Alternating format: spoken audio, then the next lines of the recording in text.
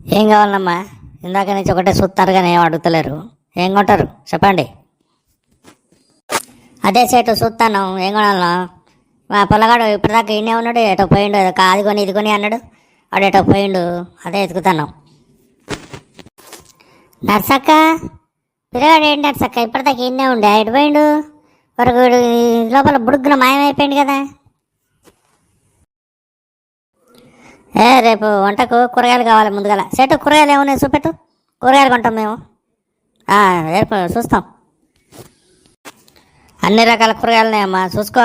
ఏ కూరగాయలు కావాలని తీసుకో. అన్నీ ఉన్నాయి, అన్ని రకాలు ఉన్నాయి మన దగ్గర కూరగాయలు. Ready ready ready.